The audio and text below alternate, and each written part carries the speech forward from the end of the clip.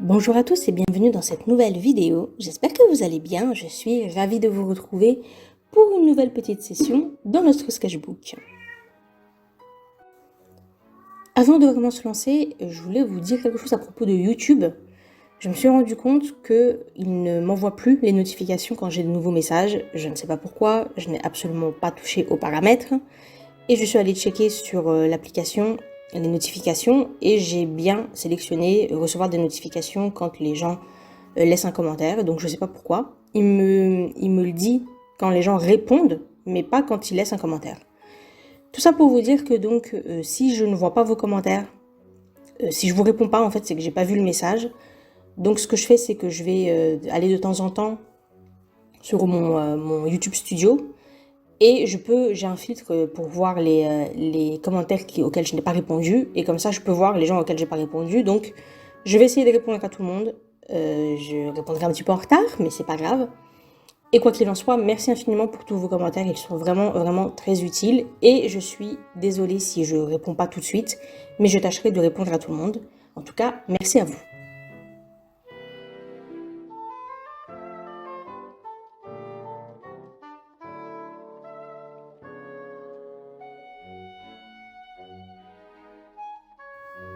Comme d'habitude, il y a une version longue de cette vidéo qui est réservée à mes petits Patreons adorés.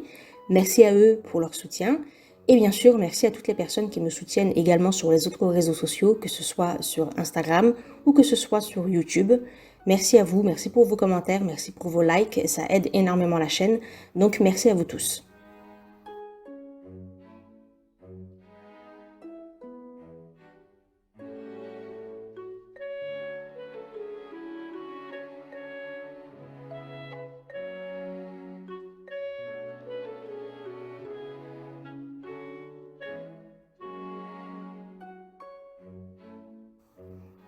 Aujourd'hui, petit thème de saison, je crois qu'on peut dire ça, puisqu'on va peindre des animaux dans la nature. Et notamment cette double page où j'ai fait des chats. Des chats au milieu de plantes, parce que on aime bien les chats et puis on aime bien les plantes. Donc la combinaison des deux, ça ne peut que marcher. Et ce sont des photos que j'ai trouvées, il me semble, sur Tumblr. En général, je trouve des photos plus intéressantes sur Tumblr. J'en trouve moins, mais c'est souvent des photos qui sont un petit peu plus dans la composition et un petit peu plus intéressantes dans ce qu'elles racontent. Sur Pinterest, j'ai tendance à trouver, alors pour moi, hein, je parle dans mon fil d'actualité, sur ma page d'accueil, etc. C'est plus des photos de type vraiment photos de référence. Donc ça va être par exemple des animaux qui courent ou des plantes qui sont photographiées de façon très botanique, etc. Mais des photos réellement qui sont un peu comme des illustrations, c'est-à-dire qui racontent une histoire, j'en trouve pas tellement sur Pinterest, j'en trouve plus sur Tumblr. Donc n'hésitez pas à aller regarder sur Tumblr, ça fonctionne un peu comme Pinterest et comme la plupart des réseaux. Au début, vous tâtonnez un petit peu et puis vous allez finir par avoir après des suggestions et des choses qui sont en rapport avec les choses que vous aimez, le temps que l'application sache un petit peu c'est quoi vos goûts. Et si vous savez pas trop par où commencer, sur mon compte à moi, normalement mes coups de cœur sont publics.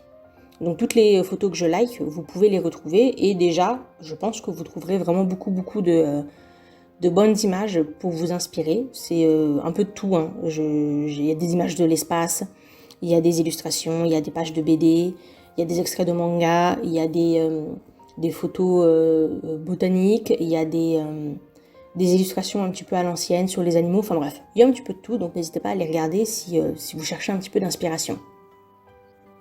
Et sinon, bien sûr, vous avez aussi mes tableaux Pinterest. Normalement, tous les liens sont dans la boîte de description, donc n'hésitez pas à les regarder. Alors, les tableaux Pinterest, c'est un peu le bazar, hein. Je vous avoue que j'ai souvent pas trop le courage d'aller tout ranger correctement dans les bons sous-dossiers. J'enregistre les images comme ça, et puis de temps en temps, quand j'ai le temps et quand j'arrive à trouver la motivation, je vais classer un petit peu mieux, mais bon.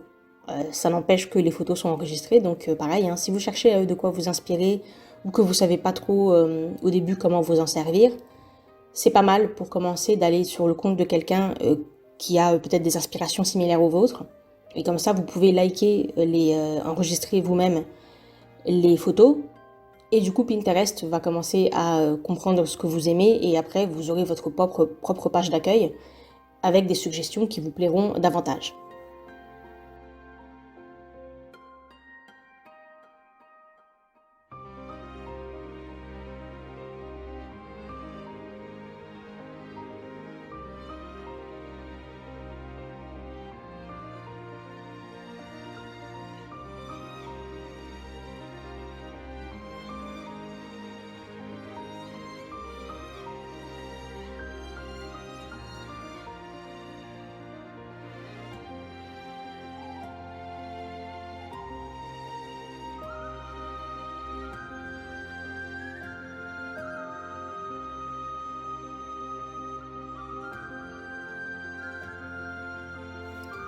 Il faut aussi que je vous précise quelque chose. De toute façon, vous allez vous en rendre compte. J'ai eu la poisse pour les 3 designs. Parce que pour les 3, j'ai eu une embrouille. Notamment le premier. J'ai lancé la caméra. Je suis sûre de l'avoir fait. Mais elle s'est éteinte. Et du coup, en fait, il manque le début. Donc si vous n'avez pas vu la première couche d'aquarelle, c'est à cause de ça. Et je sais que le problème, il vient pas de moi. Hein. Vraiment. Enfin, bon. En vrai, peut-être que j'ai mal appuyé, bon voilà. Mais je suis quand même fortement soupçonneuse que le problème vienne de mon téléphone, puisqu'il lui arrive très très souvent de commencer à filmer et de se couper tout seul, sans raison. Jusqu'après, quand je le relance, il filme sans souci après pendant 1 heure, 1 heure et demie. Donc je ne sais pas pourquoi des fois il se coupe tout seul. Mais je pense que, en fait, c'est ça qui se passe. Je dois le lancer. Et il doit se couper immédiatement, sauf que je me rends pas compte parce que pour moi, à partir du moment où il a commencé à filmer, c'est bon, je m'installe et je peins. Il y a des fois, je l'entends quand il s'éteint, parce qu'il fait un petit son, et des fois, je l'entends pas, surtout si j'ai une vidéo qui est en train de tourner en même temps, ou si j'ai de la musique qui est en train de tourner, j'entends pas. Donc bon, voilà, il manque souvent des bouts. Là, c'était dès le début. C'est pas très grave, parce que heureusement, j'ai pu filmer après tous les détails, mais c'est toujours un petit peu pénible. Et vous allez voir que pour la suite également, j'ai eu des soucis.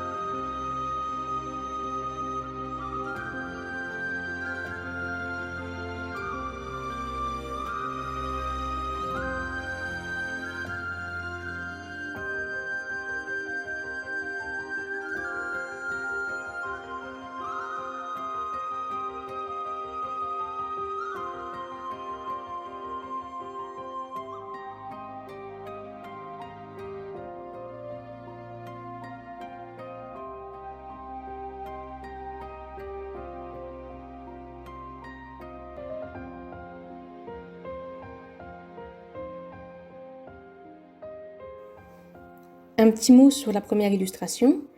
Comme je vous le disais, il me semble que la photo vient de Tumblr. Cela étant dit, on trouve souvent les mêmes photos sur Tumblr et sur Pinterest, donc je ne serais pas étonnée que vous la trouviez aussi ailleurs. Et ce que j'ai beaucoup aimé, c'était, au-delà de son côté très mignon, du chat comme ça dans le jardin, il avait un petit air ahuri que j'aimais bien. Et puis, il avait des couleurs chaudes sur lui, qui contrastent vraiment très bien avec tout l'environnement qui lui est vert, et puis donc des petites taches de violet pour les fleurs. Ça, c'était vraiment très joli, c'était vraiment pas mal. Par contre, j'ai un petit peu galéré sur l'effet de profondeur. parce que la photo en fait était prise de telle façon que tout ce qui était au premier plan était très très net, vraiment parfaitement lisible. Et dès qu'on recule un petit peu derrière le chat, c'est très flou.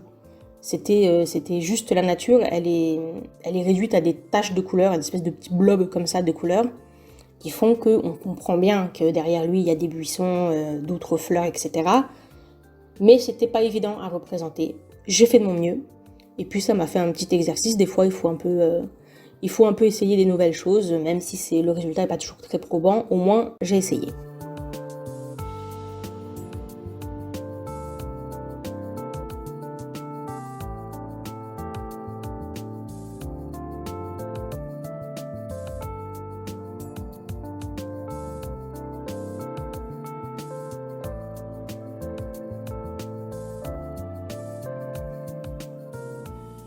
J'ai utilisé de l'aquarelle. Au début, j'ai utilisé des pinceaux très fins et je me suis dit que j'allais bien tout détourer, mais ça restait assez difficile à faire. Donc au bout d'un moment, j'ai un petit peu lâché l'affaire, j'ai mis mes couleurs comme je le souhaitais et je savais qu'à la fin, j'allais faire des retouches à la gouache. Donc j'ai pris un petit peu ma jelly gouache et j'ai refait des détails avec toujours un pinceau très fin pour remettre l'accent sur les zones de la nature la plus claire, donc les tiges des fleurs, etc. Ça s'était un petit peu estompé dans l'ensemble de l'image, donc là j'ai remis l'accent dessus. Et j'ai aussi sorti mes crayons de couleur. Normalement, je ne m'en sers pas trop sur ce papier parce que c'est la seule chose que je regrette avec ce carnet, qui est excellent par ailleurs, c'est que le grain est un petit peu fort, ce qui est normal puisque c'est un carnet aquarelle et en général le papier aquarelle par défaut, il a du grain fin. Mais j'aimerais vraiment que la marque sorte le même carnet mais avec du grain satiné. Alors là, ce serait trop bien. Le même format, la même qualité de carnet, mais avec juste un papier qui a du grain satiné, ce serait perfect. Mais donc, c'est pas le cas dans ce carnet-ci. Et du coup, quand le grain est un peu fin et que vous utilisez des crayons de couleur, ça a un aspect que moi, personnellement, je n'aime pas trop. C'est très granuleux. C'est pas très net, ça fait un peu brouillon. Et j'aime pas, et en plus c'est très difficile de faire des détails vraiment raffinés quand vous avez un grain qui est un petit peu fort, parce que comme le papier est irrégulier, forcément les traits sont irréguliers également.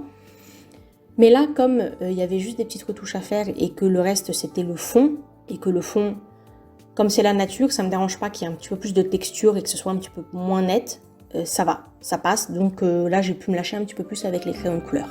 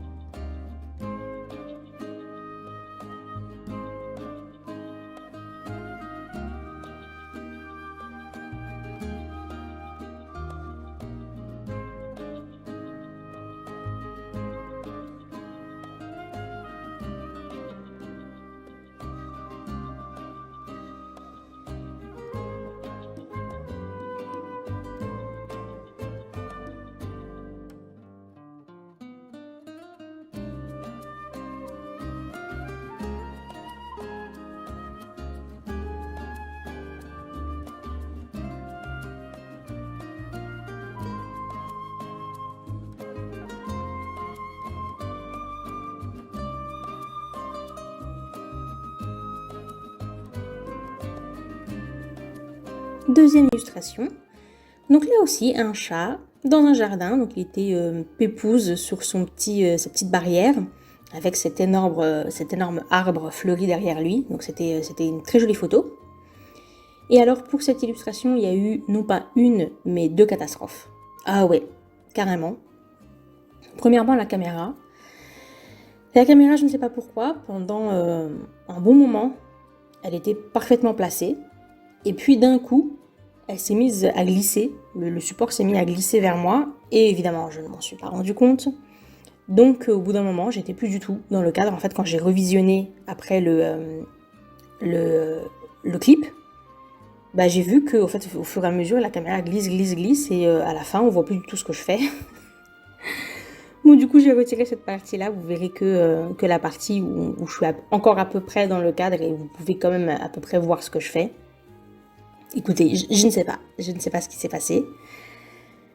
Toujours est-il que donc, là, il vous manque la fin à cause de ça. Mais en plus, il s'est passé autre chose. Mais là, c'est entièrement ma faute. C'est que quand j'ai commencé à mettre les détails, notamment les détails au crayon de couleur, j'ai aussi fait après les moustaches des chats. Et comme le chat était blanc pour la deuxième image, je me suis dit, bah, je vais pas lui faire des moustaches blanches parce qu'on va rien voir. Donc je prends un stylo noir et je me dis, le noir, ça va être peut-être un petit peu violent sur le blanc. Non, attends, je vais prendre plutôt un crayon de couleur, un genre de crayon de couleur, un violet foncé ou quelque chose comme ça, qui sera un petit peu moins fort sur le blanc. Sauf qu'à ce moment-là, je lâche le stylo bien noir, en plein sur la tête du chat, et ça fait donc un énorme trait. Ça le défigure complètement. Il y avait un trait noir là en plein sur sa face. Du coup, j'ai passé un temps assez important à simplement corriger cette maladresse. Donc ça m'arrive assez souvent de lâcher mes pinceaux, de lâcher mes crayons et tout, mais alors là vraiment c'était malheureux la façon dont c'est tombé en plein sur un design très blanc avec un stylo très noir. Bon bref, donc après je suis allée chercher mon acryl à gouache puisque c'est la peinture que j'ai qui est mate et qui est la plus opaque, puisque je voulais que ce soit mat, hein, sinon ça aurait fait un petit peu bizarre avec l'aquarelle. Et j'ai essayé d'effacer ça, sauf que du coup, il a fallu quand même que je repeigne la tête du chat. Je suis revenue dessus au crayon de couleur, mais ça passe pas terrible avec l'acryl à gouache. J'ai amèrement regretté à ce moment-là de ne pas avoir de la flash blanche, parce que je sais maintenant que ça serait beaucoup mieux passé, mais bon, bref, j'en avais pas. Donc j'ai essayé de corriger, j'aimais beaucoup plus sa tête telle qu'elle était à l'origine, mais bon, écoutez, c'est pas très grave, c'est juste un dessin dans un sketchbook, mais c'est vrai que c'est toujours un petit peu contrariant, surtout que là pour le coup c'était vraiment une erreur un petit peu stupide, mais c'est des choses qui arrivent, voilà.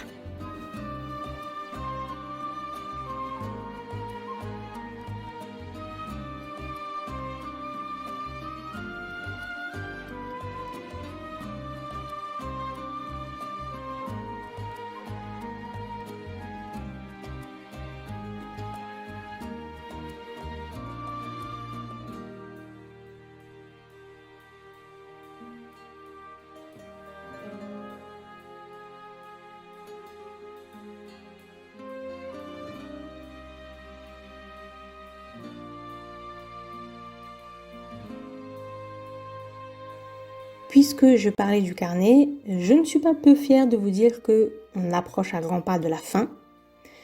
Il me reste plus qu'une dizaine de pages à remplir et ça devrait pas trop tarder. Je suis à la fois contente de finir le carnet parce que c'est le travail accompli, la satisfaction de terminer un carnet, d'en commencer un nouveau. Et en même temps un petit peu triste parce que j'aimais beaucoup ce carnet et puis ça représente toujours plusieurs semaines d'une vie, donc c'est quand même pas rien, sentimentalement parlant. J'aime beaucoup le carnet, mais comme je vous le disais, le grain qui est un petit peu fort, c'est quelque chose que j'aimerais ne pas avoir le même type de papier dans mon prochain carnet. C'est pour la raison pour laquelle je ne vais pas racheter le même carnet, aussi parce que bon, c'est bien de changer un petit peu, mais vraiment j'aurais pu reprendre le même vu qu'il est de très bonne qualité et que je l'aime beaucoup. Mais comme le grain est fin, j'aimerais bien changer un petit peu de texture de papier. Mais en tout cas, on arrive à la fin et je vais de toute façon mettre un petit coup de turbo pour vraiment le finir avant les grandes vacances. Parce que j'ai prévu, petit teasing, j'ai prévu des challenges pour cet été. Je vais vous en reparler dans une petite vidéo que je vais faire où je vais juste parler avec vous et vous présenter ce que j'ai prévu de faire pour cet été. Donc là, je vous en parle un petit peu en avant, juste pour vous dire que du coup, comme j'aimerais pas commencer le challenge dans un carnet et devoir le finir dans un autre carnet, ce serait extrêmement bizarre. Donc je vais essayer de finir véritablement celui-ci. Je vais m'appliquer à finir celui-ci avant. Peut-être, je vais dire un petit peu plus, avec un peu plus de vigueur que si j'avais pas prévu ce petit programme-là pour cet été. Mais donc je vais finir celui-ci. Et comme ça, je vais pouvoir entamer un autre carnet et je serai sûre que tout l'été, je vais pouvoir travailler dedans. Ça veut dire aussi bientôt un sketchbook tour. Et bien sûr, bientôt, le démarrage d'un nouveau carnet.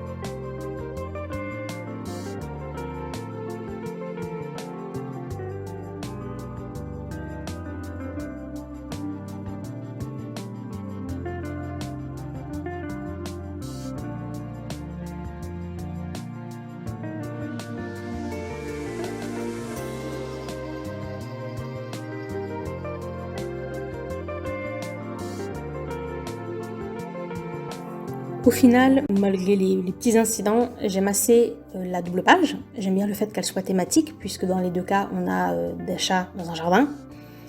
Et au niveau de la composition, la page de gauche, en fait, j'ai mis le design un petit peu bas, parce que je voulais couvrir une zone où du feutre à alcool était passé au travers. Dans le carnet, le feutre à alcool, il a pas trop transpercé. Le papier a assez bien résisté parce qu'il est très épais, il fait 300 grammes, donc il faut vraiment y aller pour que ça passe au travers.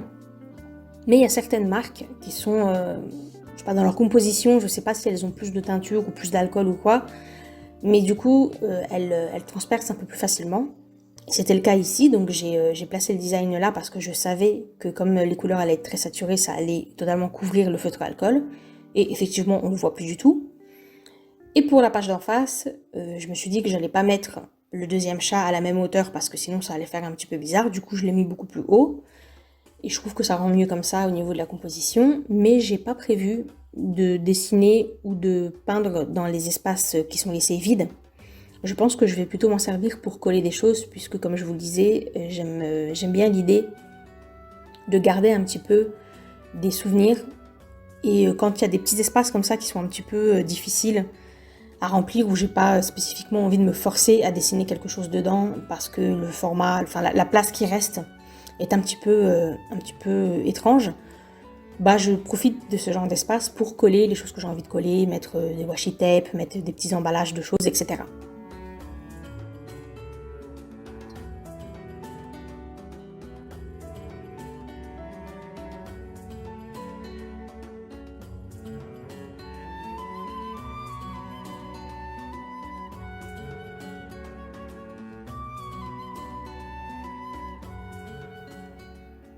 Voilà les amis, on arrive à la fin de cette vidéo. J'espère que vous avez passé un bon moment, j'espère que vous avez aimé les dessins.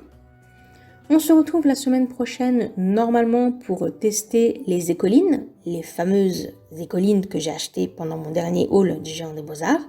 Donc ça y est, le moment est venu de tester un petit peu tout ça. Je vous remercie d'avoir regardé la vidéo, j'espère que vous avez passé un bon moment. On se retrouve la semaine prochaine et d'ici là, portez-vous bien. Bye!